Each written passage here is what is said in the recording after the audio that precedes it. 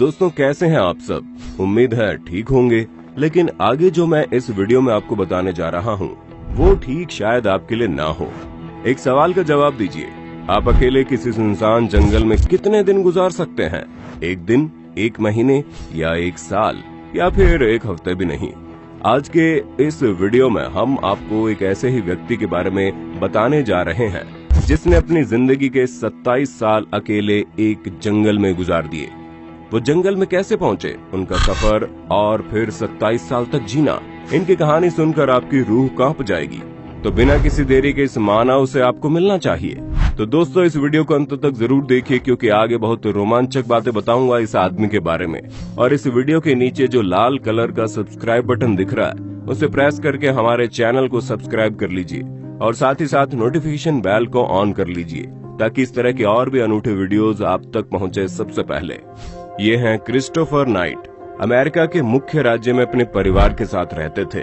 उनके माता पिता अच्छे और सभ्य लोग थे और उन्होंने अपने बेटे को उसी तरह के व्यक्तित्व में ढाला।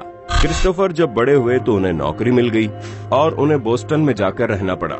अपने 20 के दशक में क्रिस्टोफर एक अलार्म सिस्टम इंस्टॉलर थे।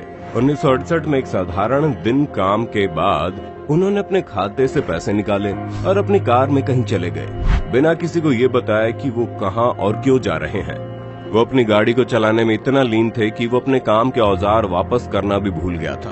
क्रिस के पास कोई एक स्पष्ट योजना नहीं थी। वो सिर्फ अमेरिका के दक्षिण की ओर चले जा रहे थे। वो कई दिनों से सड़क पर ही थे। जब उन्हें भूख लगी तो कुछ खाने के लिए वो सड़क किनारे कैफे में गए और रात होने पर सस्ते होटल में रात बिताई। वीडियो को अंत तक देखिएगा क्योंकि रोमांच शुरू होता है अब। दोस्तों लगभग 13 मील की दूरी तय करने के बाद वो फ्लोरिडा पहुंचे, लेकिन क्रिस वहां रुके नहीं और इतनी लंबी यात्रा करते हुए अपनी कार को ही घुमाते रहे और विपरीत दिशा में उत्तर की ओर अचानक से मोड़ लिया। दोस्तों क्रिस्टोफर ने फैसला किया कि चलते जाओ और अपना खुशहाल बचपन बिताओ। उन्होंने और कई मील की यात्रा की और एक जगह ऐसा आया जब उनके पास उनके बचपन का घर था, बहुत सारी यादों के साथ। दोस्तों आपको हैरानी होगी लेकिन यहाँ भी उन्होंने अपनी गाड़ी नहीं रोकी, बल्कि वहाँ से गुजरते हुए बस गाड़ी को थोड़ा धीमा किया और घर के चारों ओर देखा। शायद इस तरह इन्होंने अपने अतीत को अलविदा कह दिया जो उसके दिल को बहुत प्यारा था। और यहाँ उसके सामने फिर से अंतहीन सड़कें थी जो उन्हें उत्तर की ओर ले जा रही थी। दोस्तों वो एक लंबी दूरी तय करने के बाद कनाडा की सीमा पार ही कर रहे थे कि कुछ और मील की दूरी तय करने के बाद उसने देखा कि दूर से मस्केड झील दिखाई दे रही थी। क्रिस बहुत दूर किसी दूरस्थ स्थान पर छिपना चाहते थे। पहले वो उस देश की सड़क की ओर मुड़े और फिर पूरी तरह से एक जंगल के रास्ते पर चले गए और फिर उन्होंने ऑफ रोड वाहनों द्वारा बनाए गए ट्रैक पर ही अपनी गाड़ी दौड़ा दी, लेकिन आगे उनकी कार फंस गई और फिर कार आगे नहीं जा सकती थी। वो अपनी कार से बाहर निकले और पैदल ही चलते रहे। दोस्तों उनके पास कोई लक्ष्य या विचार नहीं था कि वो कहाँ जा रहे हैं, क्या करने जा रहे हैं। उनके पैर बस कहीं आगे ले जा रहे थे। क्रिस ने अपने कंधे पर एक बैकपैक रखा जिसमें साधारण कपड़े और कुछ जरूरी सामान भरा था। वो अपने साथ नक्शा या कंपास नहीं ले गए और ये उनकी सबसे बड़ी भूल साबित हुई। क्रिस ने माना कि दक्षिण की ओर कोई उन्हें ले जा रहा था। कई वर्षों बाद उन्हें याद आया कि कोई अज्ञात बल उन्हें पूर्व की ओर ले जा रहा था। ये उन जानवरों के साथ होता है जो अपने आवास से बहुत दूर हो जाते हैं और फिर अपनी वृत्ति का पालन करते हुए घर लौट सकते हैं। क्रिस स्वैप के माध्यम से चलते गए। रास्ता ऊंचा हो या ढलान उन्हें कोई फर्क नहीं पड़ा और कई दिनों तक नदियों के माध्यम से अपना रास्ता बनाया। वो एक जगह और दूसरी जगह बिना रुके चलते रहे। क्रिस ने बाद में एक स्थानीय पत्रकार के साथ एक साक्षात्कार में बताया कि उनकी समझ से वो उसी समय बाहर की भावनाओं से प्रेरित होकर फिर से दक्षिण की ओर बढ़े। उन्होंने कहा मैं खो गया और मुझे समझ नहीं आया कि मैं कहाँ था। उन्होंने कहा लेकिन मुझे बिल्कुल भी वहाँ डर नहीं लगा। मैंने एक निर्णय लिया और फिर उसका पालन करने में उन्हें गर्व महसूस हुआ। उस समय उनके लिए भोजन प्राप्त करना वास्तव में मुश्किल था। उन्होंने अपने बैकपैक से खाना खाया लेकिन बाद में भूख ने उन्हें कई दिनों बाद अधिक कमजोर बना दिया। वे चाहते तो जंगलों में बह रही नदियों से मछलियां पकड़ सकते थे, लेकिन क्रिस कभी भी अपने हाथों से भोजन पका नहीं सकते थे। हालांकि वो जानते थे कि जानवरों का शिकार कैसे किया जाता है, लेकिन भूख ने उन्हें इतना कमजोर नहीं किया कि वो अपने निर्णय को छोड़ने के लिए राजी हो जाएं और क्रिस ने घने और हवा के साथ ही चलना जारी रखा। लेकिन अचानक फिर एक चमत्कार हुआ। उन्होंने जंगल में अजीब तरह के गिद्धों से ढकी एक सड़क देखी, लेकिन उसके पास उन गिद्धों को खाने के लिए और उन्हें पकाने के लिए आग लगाने के लिए माचिस नहीं थी। लेकिन जल्द ही उसकी भूख ने उन गिद्धों को कच्चे खाने पर मजबूर कर दिया।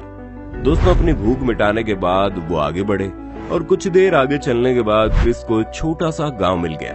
वो घरों के पास सब्जियों के बगीचों को दूर से घूर रहा था, लेकिन उसका दिमाग उसे किसी और ही संपत्ति से कुछ भी लेने की अनुमति नहीं दे रहा था। हालांकि कई मिनट तक झिझकने के बाद फिर वो बिना भोजन के लिए 10 दिनों तक भटकने के बाद बगीचे में गया और उसने वहां जमीन से एक आलू का गुच्छा निकाला और दूसरे क्षेत्रों से उसने कई खीरे और टमाटर तोड़ लिए। दोस्तों, एक बार उन्होंने सोचा कि वो गांव के किनारे एक घर में एक रात रुक सकते हैं, लेकिन उन्होंने कभी अपनी आंखें बंद नहीं की, क्योंकि उन्हें डर था कि लोग उसे ढूंढ लेंगे और मार देंगे। दोस्तों, बाद में क्रिस ने कहा कि उस दिन की वो सबसे खराब रात थी। क्रिस जंगल में बिना डरे आगे चले गए। हर दिन वो एक अच्छी जगह की तलाश में थे ताकि वो तंबू लगा सके, और 2 या 3 महीने बाद उन्होंने कुछ उपयुक्त जगह देखी। वो जंगल का एक सुनसान भाग ही था।